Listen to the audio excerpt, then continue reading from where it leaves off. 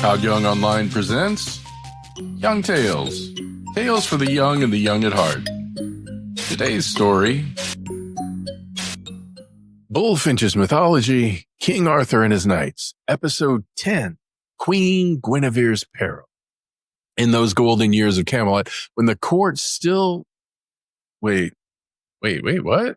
When the court was still unbroken by envy and strife, there came a day of darkness. Not by sword or sorcery, but by deceit. For envy and misunderstanding may strike truer than any lance, and even the purest hearts can be wounded by suspicion. It happened at a feast held in honor of visiting knights from Scotland in the north. Queen Guinevere sat at the high table beside King Arthur, surrounded by the flower of knighthood, Sir Gawain, Sir Bohort, Sir Hector, and of others of renown.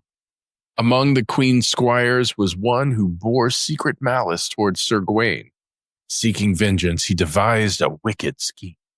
He prepared an apple, fair to see, but within steeped in deadly poison. He placed it among a dish of fruit and set it before the queen, knowing her courtesy would bid her share it. "Welcome, fair knights of Scotland," she said warmly. "Taste and be merry in Arthur's hall." Unknowing, she lifted the poisoned apple and handed it to a visiting knight beside her, a stranger newly come to Camelot's fame. He smiled, bowed, and took a bite. In moments, the knight turned pale as frost. His hand fell, and his breath failed. Then he was dead.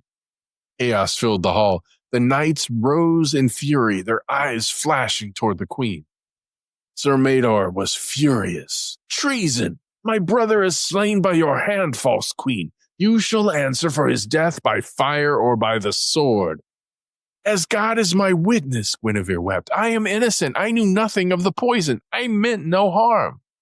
But her tears could not wash away suspicion. The hall fell silent under the weight of shame.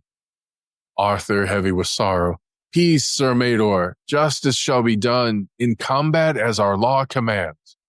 If the queen be innocent, heaven will send her a champion." And so it was decreed. In 40 days' time, she must find a knight to fight for her honor, or be condemned. But the queen's hope was far from her, for Lancelot du Lac had left the court in anger. After the death of the Lady of Shalott, a cruel misunderstanding had parted him from Guinevere. The queen, jealous of the white scarf he wore at the tournament, believed he had given his heart to another. Wounded by her words, Lancelot fled to a hermitage in the forest, seeking peace from a heart too full of love and sorrow. There he lived humbly, tending the poor and praying beside the old hermit who guided him. Yet when word of his queen's peril reached his ears, his heart leapt. His heart leapt as if waking from death. "She is in danger, and I tarry here? Not while my breath is in me, and I shall fight for her, but she shall not know it till the field is won." In Camelot, the queen knelt before the knights of the Round Table, her eyes red with weeping. She pleaded, "Sir Gawain, Sir Bohort, Sir Lionel, by your honor, will none of you defend me? You know my heart, my truth." Sir Gawain looked at her. "Lady, we saw the deed with our eyes. The poisoned fruit at your hand, and the death that followed. We may not take arms in a cause that heaven itself seems to condemn." She fell at Sir Bohort's feet, her voice trembling. "Then let me die, but not without pity." Sir Bohort said, "If no better champion comes, I will fight for you, so help me God." The day of the judgment came. The field was set before the castle walls. Sir Guinevere stood pale beside the king, while priests prayed and trumpets called to the people to witness. Sir Mador rode forth, shining in red armor. Sir Bohort prepared himself to meet him, but even as the trumpets sounded, a new rider appeared. He was clad all in black, his visor lowered, his steed dark as night. He bore no crest or name, only a single white band upon his arm. "Stranger, what seek you in this field?" Arthur cried out. "I come to defend a lady wronged, the Queen of Britain. whom none else would champion. Let Sir Mador stand forth, and this matter be tried by strength and truth. The two knights met with thunderous shock, lances shattering, shields splintering. They fought from noon till dusk. The Black Knight's blows fierce and sure, yet Sir Mador gave stroke for stroke. At last, as twilight fell, Sir Mador's strength failed. He stumbled, and the Black Knight's sword struck him to the ground.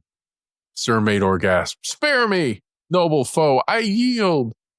The Black Knight lowered his sword, "Then confess the queen's innocence, and I grant you life."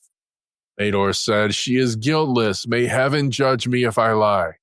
The Black Knight raised him kindly, embracing him as a brother. Then before all the court he lifted his visor, and the people cried out as one. "Lancelot! Sir Lancelot du Lac!" they cried. Horns blew, laughter, applause. Arthur himself came running into the lists, followed by his knights. He clasped Lancelot's hands and said, "My friend and brother, you have saved my queen and my honor both. Ask what you will, and it is yours." Guinevere, overcome with joy, fell to her knees and fainted in his arms.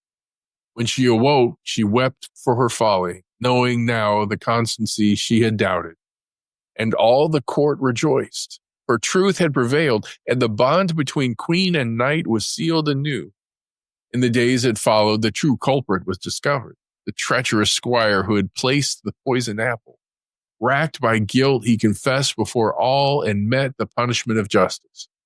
The halls rang with cheers, and Arthur, in gratitude, bestowed upon Lancelot a castle by the sea. La Joyeuse Garde, the Castle of Joy. There, for a time, peace and happiness returned to the court. But even then, shadows gathered on the horizon. For the love that bound Lancelot and the queen, though pure, would one day bring ruin to them both. So ended the Peril of Guinevere. A tale of faith tested and restored, of love redeemed through courage. But in Camelot, joy is never without sorrow's shadow, and no victory of the heart is won without its cost. And here's where we end for today. Young Tales is produced and narrated by Todd Young from Todd Young Online. If you enjoyed this, please like and subscribe and join us next time for another story. Thank you for your support.